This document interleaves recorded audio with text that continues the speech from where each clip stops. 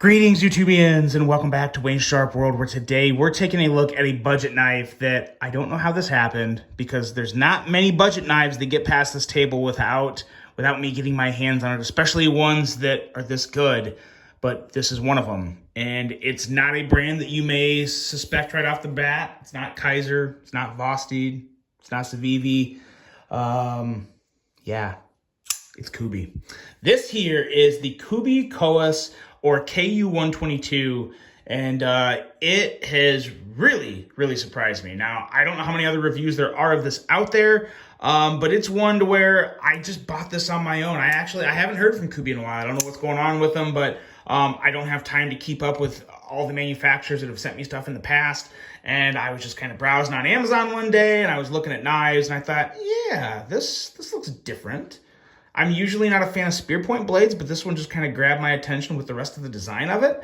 And I thought it was worth checking out. And when I got this guy in hand and did that, and then ran through some paper, checked the edge, fondled with the handle to see just how well it sat in my hand, I started to like it a whole lot. And we are at a point to where this one is one that I think everyone needs to know about. But before we go to the full review, let's take a look at some overall specs on this knife right here. We have an overall length of 7.28 inches, a blade length coming in at 3.11 inches, and a blade thickness at 120 thousandths. Blade material on this guy is D2, but when you hear the price, you will find out why I have absolutely no issue with D2 on this guy. We have a spear point style blade, a full flat grind, a handle length coming in at 4.17 inches, and a handle width at 894 thousandths.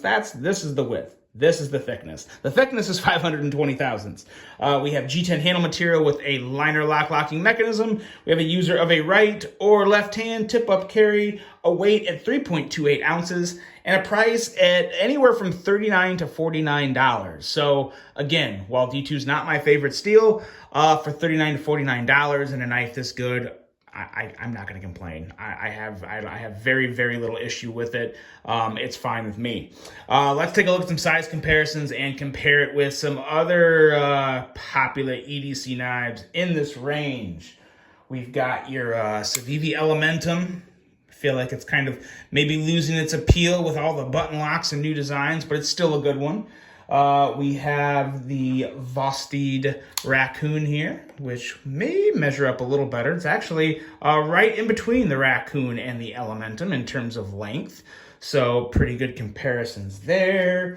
What else do I have to measure up with this guy? Here's the Civivi Conspirator. Probably going to be a little longer as well. Yes, it is. There you go. That'll do it for size comparisons. This is definitely a knife that I would consider to be in that medium range. Kind of small, kind of medium. Depends on your definition of small and medium. But now let's start talking about this knife, and let's get to the blade here. As I said before, generally I'm not a fan of spear points. I think they're just kind of meh to me. Don't dislike them, but I don't really like them. But this specific spear point design with this specific handle really does something for me. It gives it kind of like a tactical stormtrooper look. And I'm sure the white scales have something to do with that, but the black and white and the lines, the angular lines on this knife, they're not all rounded. You have some roundage, but you also have some, a little more, just a little more eye appealing. It's not nearly as bubbly of a knife without the drop point and the rounded belly. It's a unique looking knife, and it just really kind of came off in a good way on me. The full flat grind that comes down to an edge of 19 thousandths is a winner all day in my books. Going to give you good cutting geometry, and of course you'll get pretty decent edge retention with that D2. And the cutout, whoo boy, the cutout is pretty much perfect for this knife from an aesthetic standpoint as well as a functional standpoint. We'll talk more about that in the action, but they really did nail the cutout in just about every way on this knife. Really nice detail there, and it really does kind of help just pull the knife together in general. The jimping on the spine is very nice, and it's a great, perfect spot. Kind of reminds me of almost like a Para 3 or a Paramilitary 2. Just right up there on the hump, does a good job of digging into your thumb and giving you some good traction there. And then a very nice plunge grind on this guy. Look at that. Pretty darn good. For $39, I mean, yeah, it's not quite something that you would see on a little more premium knives, but it's good. It's good for $39 in D2, and you know, it's good. I'll take it. It's definitely worth noting because I've seen a lot worse on knives more expensive than this. And yeah, other than that, that is the blade. Nice slicey tip there. Could potentially be a dainty tip, so it's not something you'd probably want to go prying with. But from a slicey standpoint, it is a winner chicken dinner. Going into the handle on this guy, just enough for me to consider it a full 4-finger grip. I do have kind of wide hands, not really like fat or thick hands, but they are kind of wide. So for it to be a full 4-finger grip for me, I think it'll be a full 4-finger grip for a lot of people out there.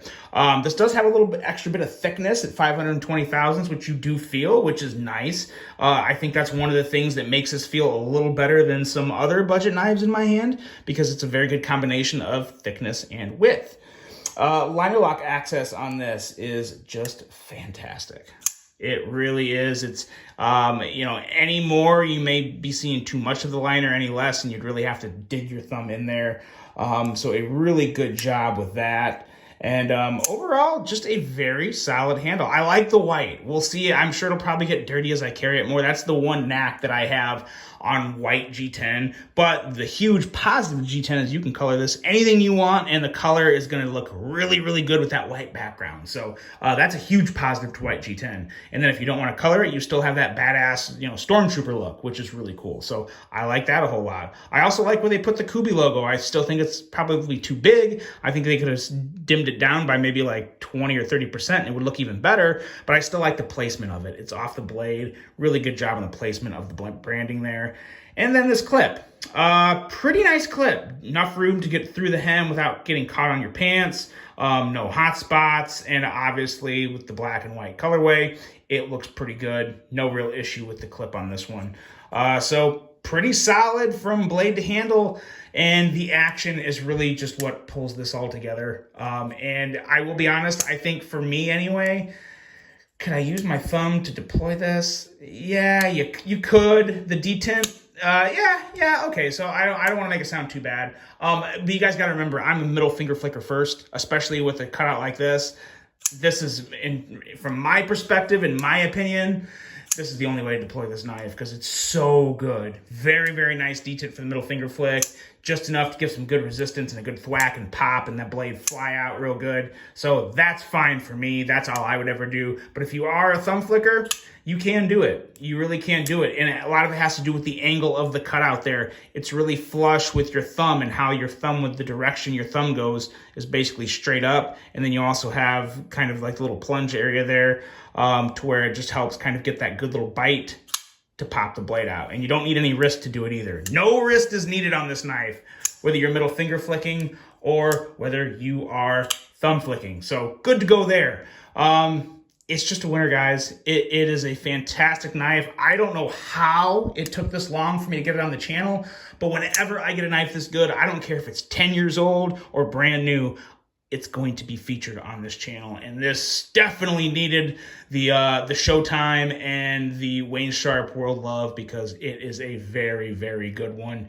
And it's one that I would probably have to say is probably my second favorite Kubi of all time, right behind the Momentum. If you guys know what the Kubi Momentum is, you probably know that's an excellent knife. I don't think I would have to put the Momentum ahead of this, but not by much. This is very, very close. It's right up there though with the best Kubis of all time, and one that, again, for 39 bucks. I mean, I think this version is usually a little more. I think this version is going to be closer to the $45 or $50 mark, but there's a lot of other versions you can get that are $39. They're mostly on Amazon. I'll of course have them linked below, and you can check them out and grab one that I think they're pretty readily in stock too. You should be able to find them just about anywhere.